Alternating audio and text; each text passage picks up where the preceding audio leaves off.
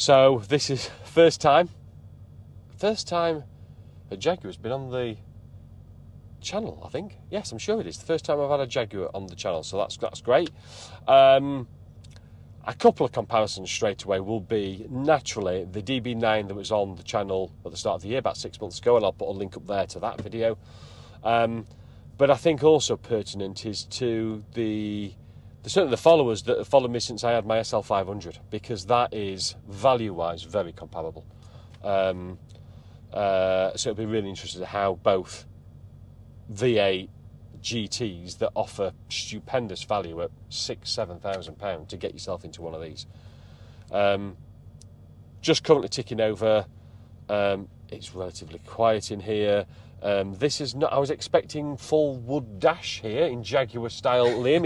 It's full of this polished aluminium strips and stuff. Bit more younger looking, shall I say, than the classic look? Yeah, it's younger looking, and I think it's aged very well. I think this interior. Yes. Other than Infotaine. Yeah. But that's the same for every car. At least you've got a screen, because I'm going back. This is an 07 plate, so large display screens were only just coming in them time. Is it touchscreen? Or not? Yes, it is touchscreen. Yeah, so that must. I mean, that's got to be an early adopter of touchscreen, really. It predates iPhones. Yeah, was it the first iPhone in? Is it 07 or 08? Wasn't it? I think 08. So before the first iPhone. Yeah. Incredible. The rest of it, it's got traditional gear lever, park into drive, compared to, I think it was the 09 when they did the uplift. That moved to the rotary style of the JLR, really just nice, like I've got it in my Range Rover. What does Sport? Sport, it does obviously the rev range, the gears. It just holds on to the gears longer. Yeah, it holds on to the gears longer. Yeah. Do you use, this is a great question, because do you use paddle shift? When I first got it, I did. Right. But then I got lazy and I just stick it in Sport. So that's, when I drove the Aston, I purposely put it into paddle shift, but actually I found auto just better. My SL, they were thumb operated. Horrible system. It was great in automatic. So probably that was where most are. This is a ZF 6-speed, isn't it, auto? Yeah, 6-speed. Yeah. Okay. Right. Let's take it down on some of these roads, and you'll join us in a few miles.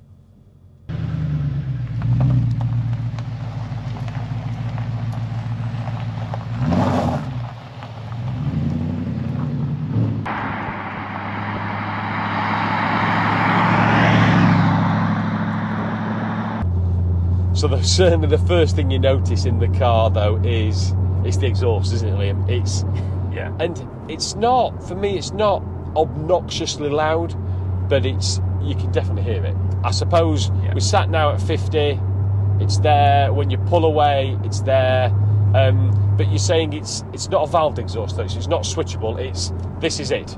Yeah. So it's definitely not the exhaust to have if you have near neighbours. Yes. So what's it like on motorway speeds? Oh, it's beautiful. It just purrs. It purrs. So the exhaust is okay. The exhaust sound is okay at motorway speeds. Yes. Okay. Like, if you'll stick it around 2,000 revs in, it'll just coast along nicely. Coast along. Yeah. Yeah. Okay. Yeah.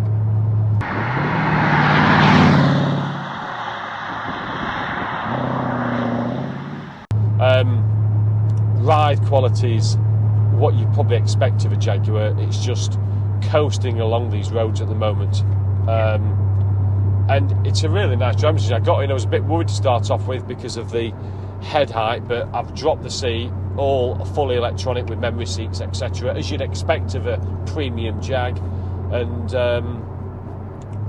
it's just already, I'm feeling it calm with it. And I know what's going to happen today. I'm going to end up going back and going on eBay and Auto Trader and Facebook and looking at GT cars, because I haven't got a GT car anymore now in the garage, and it's just like, I miss something like my old SL, something like this, an XK. The older generation, XK8 then, are they even cheaper? I assume they are they? Yeah, they are. But there's not many of a good quality, because a lot of them have kind of gone fallen. And this is More the ownership. problem when they get to values where they're at now, that people can just stretch to buy them and have no thought around the actual running costs, or they skimp on running costs, and then cars will just, and this is what happens then, car values generally start getting stretched because the poor ones get really, really low value and the best ones maintain a certain value as well. Yeah. So we're just going to take a right here and we'll just open it up slightly. The dash, very classic looking, black, white dials.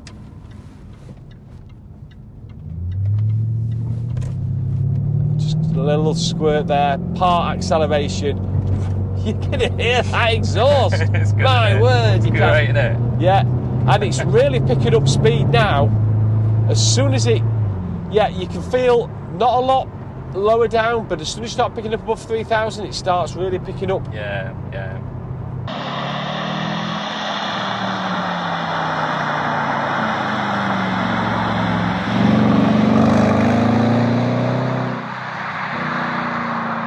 Fuel consumption, Liam, do you know what you actually get? I do, because that's one. It's not as scary as you might think, actually.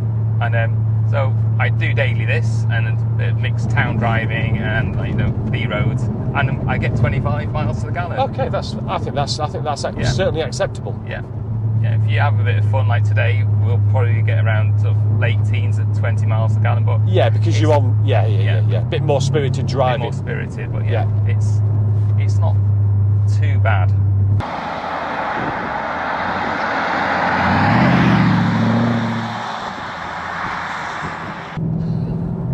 It does sound beautiful. Yeah. It really does. Seats, I think it's fair to say, are comfort orientated. Definitely. Not sport. They don't particularly hold you in very much. This is all very much Jag comfort, and not hugging your torso at all. And plus, it's my pet hate of old leather seats. Just generally don't work in sports cars. Reliability wise, Liam, when you did your research, we've talked about the engine's pretty bulletproof, gearbox pretty sorted as well, is it? The ZF 6-speed? Yeah, and then obviously as long as you service that as well, and that's one of the things I first did as well, got the gearbox on. What was it? Because I read somewhere that originally ZF had said it's sealed for life. That's just not the case. No, and you can also, what I've done as well is the thermostat housing as well. That's another weak point. Right. Okay. So it cracks, does it? Or yeah. So you can get an aftermarket one then. So that's and that's recommended to get done. Again, that's something that we made sure we got done straight away. Really. Again, it's just not scrimping on the maintenance and being kind to the car and respecting it. And preventative rather than corrective. Absolutely.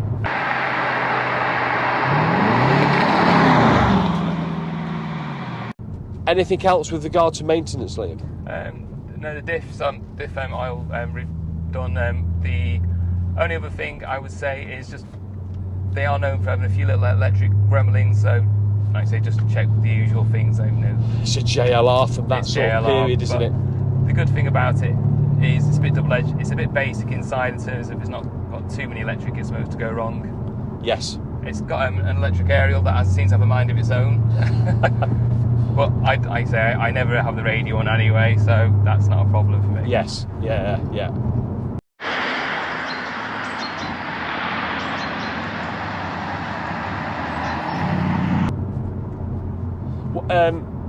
Have you considered a newer infotainment system, Liam? Or well, the only thing I will probably be doing next year is upgrading the infotainment system, because I think that would really just lift the car to pretty much more modern feel. But they're not particularly cheap.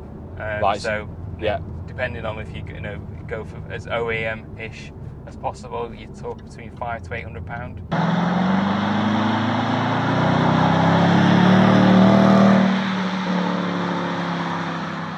So what we're going to do, we've just pulled over. I'm going to jump into the passenger seat. Liam's going to jump into the driver's seat so he can do a bit more spirited driving up this brilliant B road.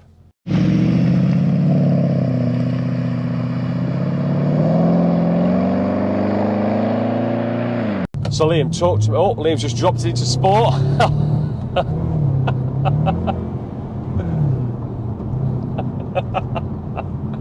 Oh dear.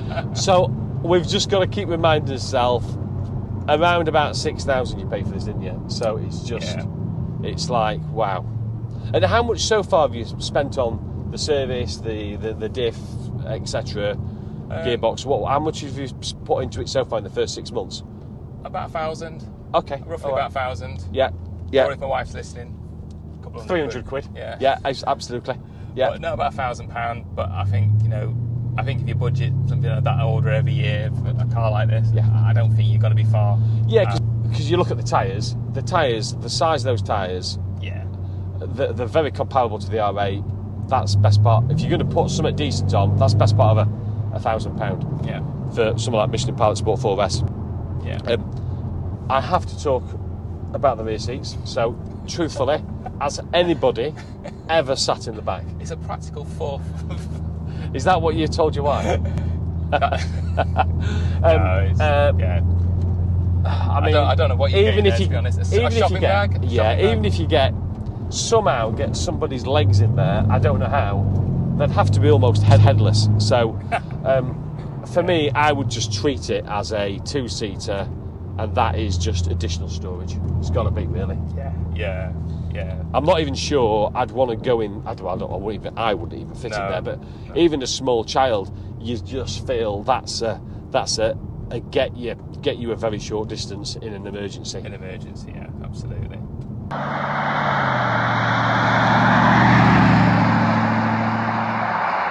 It's amazing to think that these cars were, brand new. It's about 65, 70,000. This particular model, £70,000. So what's this got on the clock now, mileage?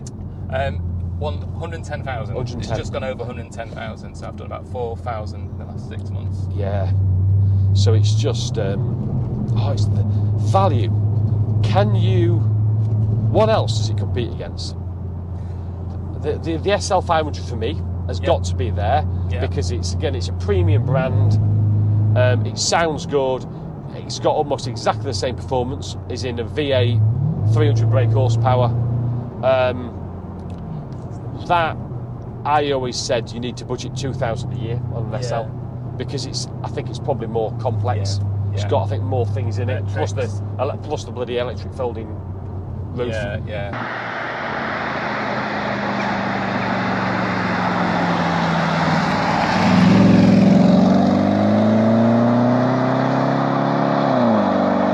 You've had the car now 6 months, so you've got a good feeling of what the car's like. What are 2 or 3 of the things that you most don't like? Because clearly you love the car. I mean, it's your car, and you're laughing and giggling when you accelerate with the exhaust. So, but there's always a few negatives to every car. So, what are the 2 or 3 things you don't like? Well, that's a really good question. Really good question, and I want to be kind to the car. I think the thing I don't like about it is she's a big girl. Okay. So size. I'm not the best at parking, and and we've all been at school-run car parks as well. It can be a bit difficult to park at times. Yes. And I think I only had the car a week, and I was at my friend, yes, Barry. I do. We went around his friend's house, and I drove into his wall and knocked his wall down.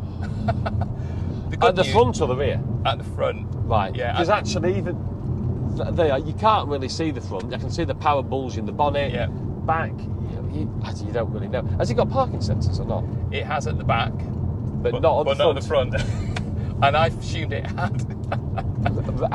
That's one of the reasons you probably pushed it, because you're expecting to. Yeah, I was waiting for a beep and it didn't come. Yes, right. So size is certainly one. Anything else? It sounds. Do you know what? That is the only thing. Is it really? Everything else I absolutely adore about it.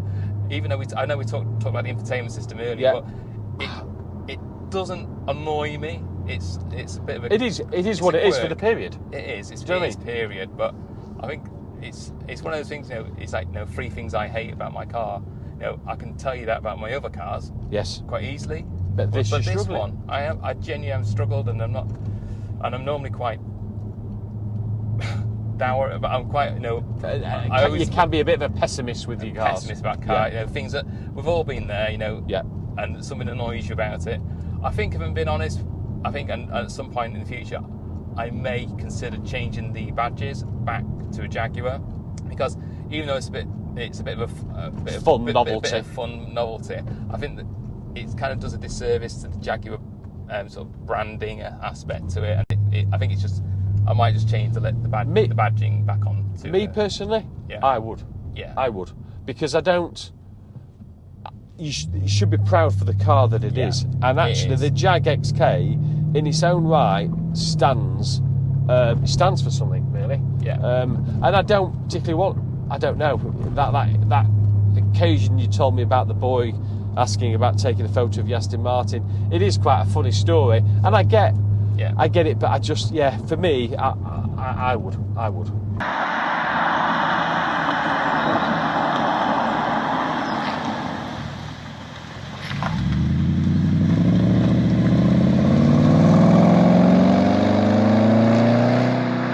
No, go on, oh, hey! That sounds lovely. I mean, look, it's not the fastest car in the world. No. 300 brake horsepower was a lot back in 2007. It was a performance level that was, and the sound, it's great, but you've got to treat it as a 2007 car. Yeah. But wow, it brings a smile to your face.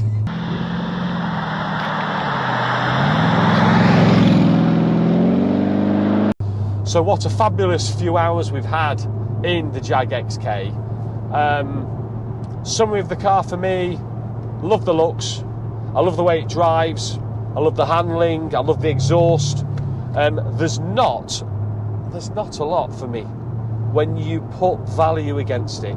£6,000 gets you into a Jaguar XK, all aluminium construction chassis. Fabulous. And I think cars like this, V8s are dying, they're going, they will be gone very soon, and I think cars like this will always be sought after. Yeah. So Liam, a big thank you for you and today. I will now head home and probably onto Auto Trader, eBay and Facebook, hunting for £6,000 GT cars to go in the garage. Gents and ladies, hope you've enjoyed the video. If you have, as always, please thumbs up, subscribe, stay tuned. Another video next week. Thanks for watching, guys.